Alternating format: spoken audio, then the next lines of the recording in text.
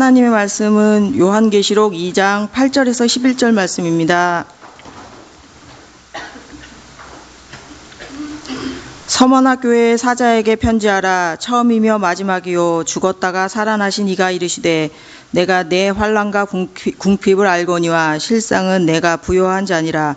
자칭 유대인이라 하는 자들의 비방도 알거니와 실상은 유대인이 아니요 사탄의 회당이라.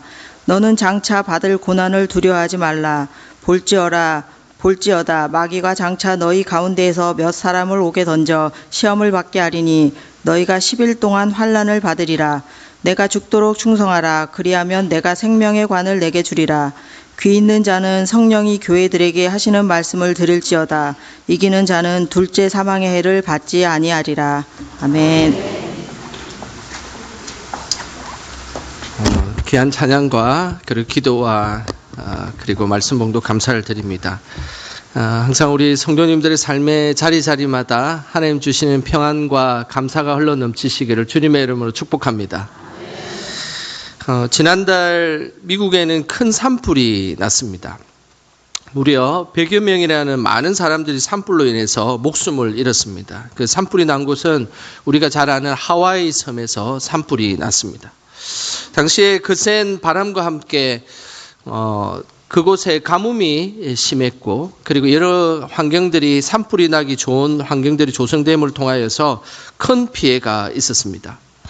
100여 명의 사람들이 도망갈 수 없어서 산불이 날 정도였으니까 도시는 도대체 어떻게 됐겠습니까?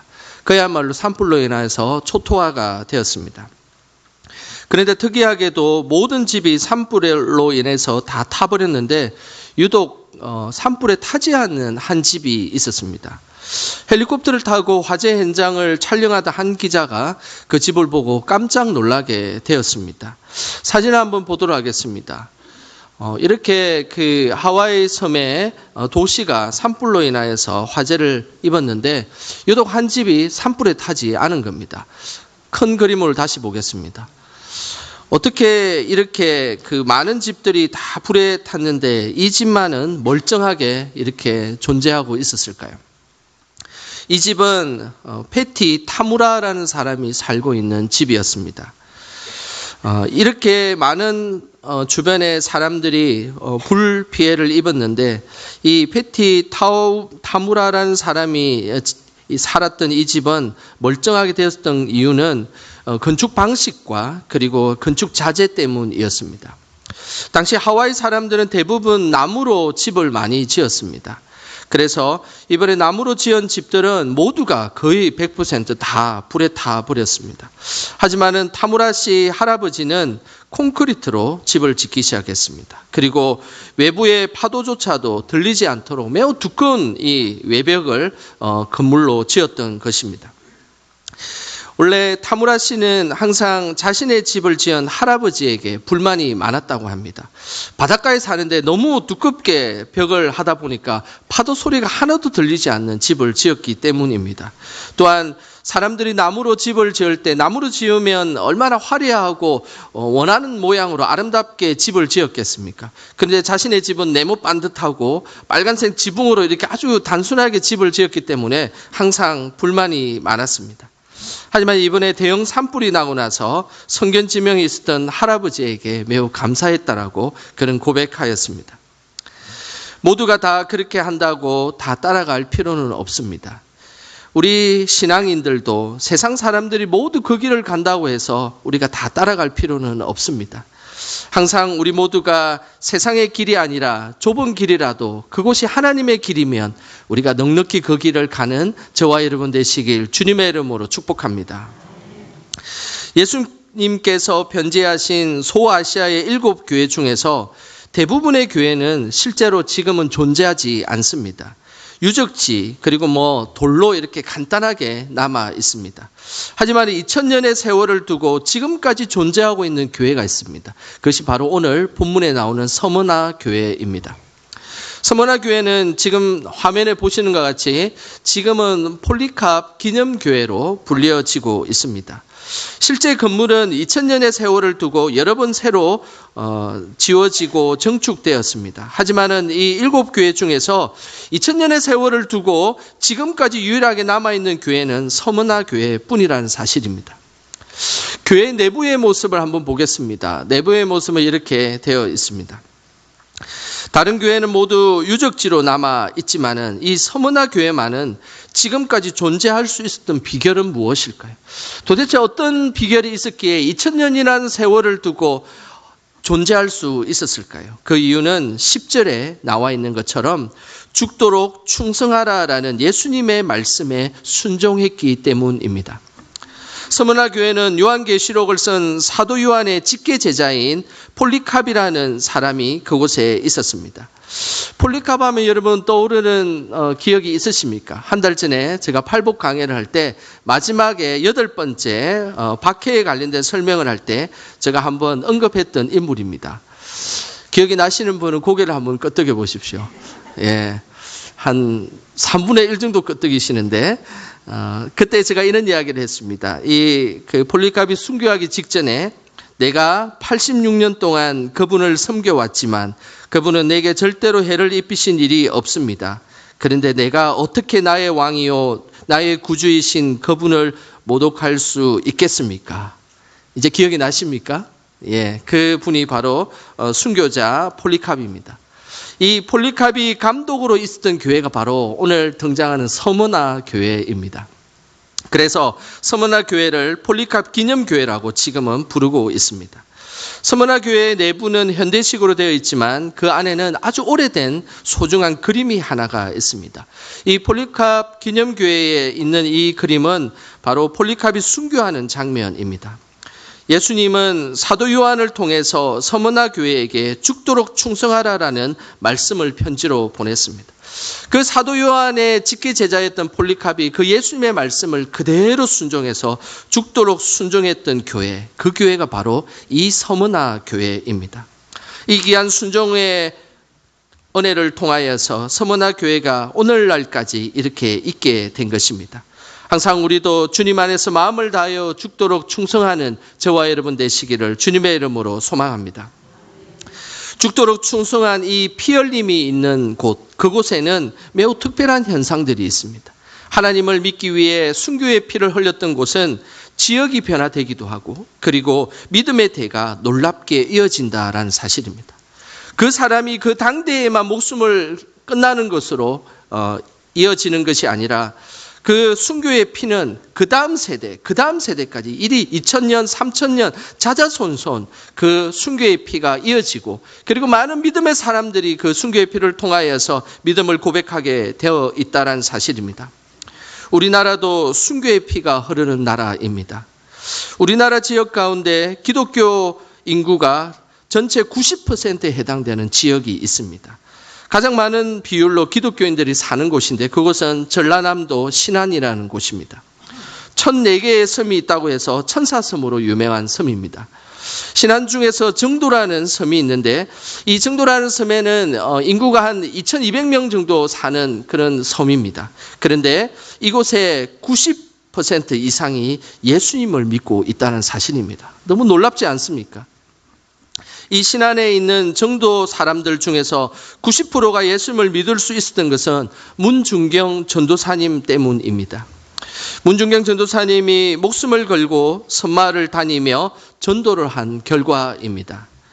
문중경 전도사님은 유교 사변 때 복음을 전하다가 발각되어 북한 공산군에게 순교를 당했습니다. 그림을 한번 보여주시겠습니까? 그림을 보면 이 사진이 문중경 전도사님의 사진이고 그리고 오른쪽 편에 있는 것이 문중경 전도사님의 순교비입니다. 그래서 실제로 정도에 가면 문중경 전도사님의 순교비도 있고 큰 기념관이 지어져 있습니다. 1950년 10월 5일 저녁 때였습니다.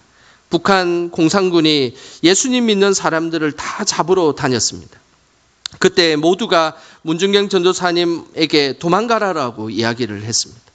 하지만 성도들을 두고 그렇게 할 수 없다며 도망가지 않았습니다. 끝내 진동리 백사장에서 붙잡혔습니다. 그리고 발로 차이고 죽창에 찔리고 그렇게도 죽지 않자 총에 맞고 그 자리에서 순교를 하였습니다. 그 죽음의 순간에 문중경 전도사님은 이렇게 고백을 하였습니다. 아버지여, 저들에게 죄를 묻지 마시고 죄 많은 내 영혼을 받으소서. 이렇게 기도하면서 그 자리에서 순교를 당하셨습니다. 그런데 이 장면을 마을 사람들이 대부분 보게 되었던 것입니다. 이 순교의 장면을 보고 마을 사람들이 어찌 예수님을 믿지 않겠습니까? 그래서 신안에 있는 이 정도 사람들은 다 대부분 예수님을 믿는 그런 마을이 되었습니다. 순교의 피는 계속해서 세대를 거쳐서 영향을 미치게 되어 있습니다. 신안에 있는 이 많은 크리스찬들은 이제 90%가 넘는 믿음의 사람들로 변화되었고 이곳에 예수님 믿는 많은 사람들을 더욱더 소개하기 위해서 이들 사람들은 각 지역마다 교회를 하나씩 세웠습니다. 이런 아름다운 교회들을 세워서 정도 사람들이 일반 사람들에게 선교하기 위해서 섬의 곳곳에 교회를 세웠습니다. 그래서 요즘에는 이 신안 지역에 이 트레킹을 하면서 걸어다니면서 이 교회에 도착해서 교회에서 기도하고 그리고 교회에 적혀 있는 말씀도 묵상하고 그렇게 하는 것이 지금 기독교 문화로 아주 많은 사람들에게 소개되고 있습니다. 폴리캅의 순교로 그 지역에 복음이 전해졌던 것처럼 지금도 많은 곳에 순교의 피가 흐르고 있음을 우리는 기억해야 하는 것입니다. 한 사람이 죽도록 충성하면 그 후대까지 믿음의 대가 이어지는 것입니다. 우리도 하나님 앞에서 충성의 자리를 통해서 우리의 믿음의 대가 자자손손 이어지기를 주님의 이름으로 축복합니다. 서머나 교회는 폴리캅만 순교를 한 것이 아니었습니다. 서머나 교회 성도들도 직접적으로 순교를 하지는 않았지만 죽도록 충성하며 순교적인 삶을 살았습니다. 그 삶의 흔적들이 9절에 나오는데 우리 같이 9절 말씀 읽어보겠습니다. 내가 내 환난과 궁핍을 알거니와 실상은 내가 부유한 자니라. 자칭 유대인이라 하는 자들의 비방도 알거니와 실상은 유대인이 아니요 사탄의 회당이라. 서머나는 당시 화려한 도시였습니다. 많은 예술가들이 있었고 과학과 의술이 발달한 곳이었습니다. 그래서 이 서머나 지역의 이 서머나라는 뜻은 유황이다, 모략이다라는 그런 화학적인 그런 의미가 의술에 관련된 용어로 사용되고 있었습니다. 그만큼 의술과 과학이 발달되어 있다라는 의미입니다. 뿐만 아니라 도로가 발달되었고 큰 항구가 있어서 로마 시대의 이 3대 항구 중에 해당되는 매우 중요한 무역의 중심지의 역할을 감당하는 도시, 그 도시가 바로 서머나였습니다. 하지만 이 서머나 지역의 화려하고 부유한 이면에 힘들고 어렵게 사는 이들이 있었습니다. 그들이 바로 서머나 교회 교인들이었습니다. 이들은 환난을 당하고 있었고 궁핍한 생활을 취하고 있었습니다. 서머나 교인들이 환난을 당할 수밖에 없었던 이유는 황제 숭배 때문이었습니다. 서머나 지역은 황제 숭배가 최초로 시작된 도시입니다. 로마의 황제가 신격화되기 시작하면서 로마의 전 통치 지역이 곳곳이 황제 숭배를 하기로 명령되었습니다. 그런데 곳곳마다 황제 숭배를 할 때 유독 서머나 지역이 특별한 충성을 다했습니다. 그래서 로마 당국에서는 다른 지역에 비해서 서머나 지역에게 경제적인 지원과 특권을 누렸던 곳, 그곳이 바로 서머나 지역이었습니다. 이런 화려하고 그리고 많은 특권을 누리고 경제적으로 부유했던 지역이었지만 그러나 이 지역에서 편성하지 못하고 힘들게 살아갔던 사람들이 바로 서머나 교회 교인들이었습니다. 이들은 예수님을 주님으로 모시고 있기 때문에 황제 숭배를 일체 거부하였습니다. 이런 모습을 서머나 지역 사람들은 이해할 수가 없었습니다. 그들은 애국자도 아니고 반역자라고 생각했습니다. 그래서 닥치는 대로 이들을 황제 숭배에 거부한다는 이유 하나만으로 화형을 시키고 맹수의 밥이 되게 하였습니다. 이런 환난 가운데 서머나 교인들이 더 힘들었던 또 다른 이유가 있었습니다. 그것은 바로 자신의 혈육인 유대인들의 비방이었습니다. 크리스찬들을 너무나 잘 알고 있었던 유대인들, 그들이 어느 곳에서 예배를 드리고 그들이 무슨 일을 하고 로마 당국보다 세세하게 잘 알고 있었기 때문입니다. 그런데 이들이 로마 당국에 기독교인들이 저곳에 숨어 있다라고 하고, 그리고 저곳에서 예배드리고 있다라고 고발했던 사람들이 바로 유대인들이었습니다. 그래서 오늘 예수님은 스무나 교인들에게 편지를 보내면서 실상은 유대인이 아니요 사탄의 회당이다라고 분명하게 말씀하셨던 것입니다. 이렇게 유대인들은 사탄 취급을 받는 특별한 이유들이 많이 있었습니다. 그 중에 하나는 폴리캅과 같은 기독교인이 죽음을 당할 때에 그들은 일부러 안식일에 처형당하도록 하였습니다. 이들은 기독교인들을 죽이는데 안식일 율법마저 지키지 않았던 사람들이었습니다. 그들에게는 안식일을 칼같이 지키고 목숨을 다해서 지켰던 그들이 정작 자신이 원하는 일들이 일어나고 자신이 원하는 이권이 취해지는 순간에는 안식일을 지키지 않고 마음대로 그 안식일을 사용했기 때문입니다. 그래서 예수님은 사람의 탈을 쓰고 있는 사탄이다라고 그들을 지칭했던 것입니다. 율법과 선민의식의 탈을 쓰고 기독교인들을 죽이는데 앞장섰기 때문입니다. 스무나 교인들은 로마의 핍박도 힘들었지만 자신의 혈육인 유대인들로 인한 핍박으로 인해서 더 극심한 환난 속에 지냈던 성도들, 그들이 바로 스무나 교인들이었습니다. 이런 환난으로 인해서 스무나 교인들은 말할 수 없는 궁핍한 생활을 했습니다. 당시에 스무나 교인들이 얼마나 궁핍했는지 이 궁핍이라는 단어를 보면 잘 알 수가 있습니다. 이 궁핍이라는 이 단어는 푸토코스라는 단어를 씁니다. 이것은 절대적 가난, 그리고 생명의 지장을 받는 가난을 의미하는 것입니다. 오늘 이 서머나 지역에 있는 교인들을 향해서 궁핍하다라고 표현하는 것은 바로 푸토코스에 해당되는 절대적 가난의 의미입니다. 그런데 성경에는 페네스라는 상대적 가난을 의미하는 가난도 있습니다. 이것은 상대적으로 다른 사람 보기에는 우리가 좀 가난한 것 같고, 그리고 물질이 없기 때문에 불편함을 초래하는 가난이 바로 페네스 가난입니다. 그런데 오늘 성경에는 이 궁핍은 푸토코스라는 이 가난에 대해서 이야기하고 있는 것입니다. 스무나 교인들은 너무나 물질적으로 궁핍하였습니다. 그래서 이들은 절대적 가난에 취하게 되었고, 그리고 생존조차 할 수 없는 그런 가난에 임하게 되었던 것입니다. 스무나 교인들이 더욱더 궁핍할 수밖에 없었던 또 다른 이유가 있었습니다. 그것은 바로 이들이 돈을 벌 수 있는 길이 차단되었기 때문입니다. 스무나 지역은 상인조합이 있었습니다. 이 상인조합 안에 들어가야만 장사도 하고 돈을 벌 수가 있었습니다. 그런데 스무나 교인들은 이 상인조합에 들어갈 수가 없었습니다. 상인조합에 들어갈 수 있는 방법은 황제 숭배를 하고 있다는 것을 직접적으로 보여줘야 하기 때문입니다. 특별히 1년에 한 번씩 황제 숭배의 날을 정해서 황제 숭배를 거행하였습니다. 그래서 이때 상인조합들이 앞장서서 이 행사를 진행하게 되었습니다. 그런데 이 상인조합들이 이 행사를 진행할 때에 이 행사에 참여하지 않는 조합원들을 하나씩 보고 참여하지 않으면 이 조합에 가입시켜주지 않았습니다. 그런데 예수님만 믿고 경배하겠다라고 충성을 다짐한 스무나 교인들은 황제 숭배에 참여하지 않았습니다. 그러니 당연히 이 상인조합에 들어갈 수가 없게 된 것입니다. 상인조합에 못 들어가자 그들은 장사를 해서 돈을 벌 수 없는 상황이었습니다. 그래서 이들은 절대적 가난 속에서 항상 하나님만 바라보며 살아갈 수밖에 없었던 것입니다. 이 땅에 우리들의 삶은 좀 어떻습니까? 세상과 타협하며 살아가고 있지는 않습니까? 이집트 인구의 90%는 이슬람교를 믿고 있는 나라입니다.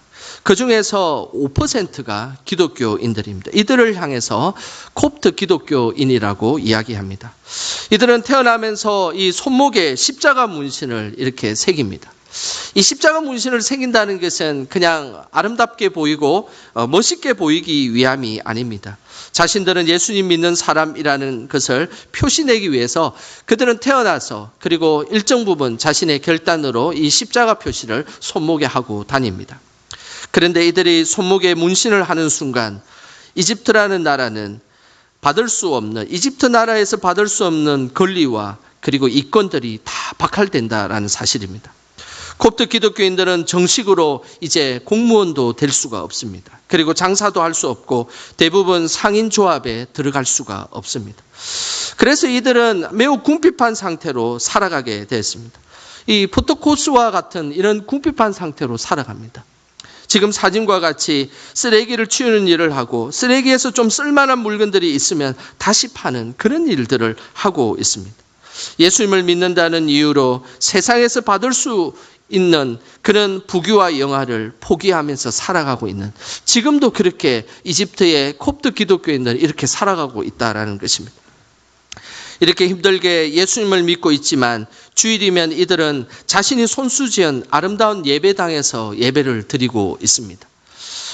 잘 보시면 아시겠지만 이 예배당은 큰 돌산을 깎아가지고 만든 예배당입니다.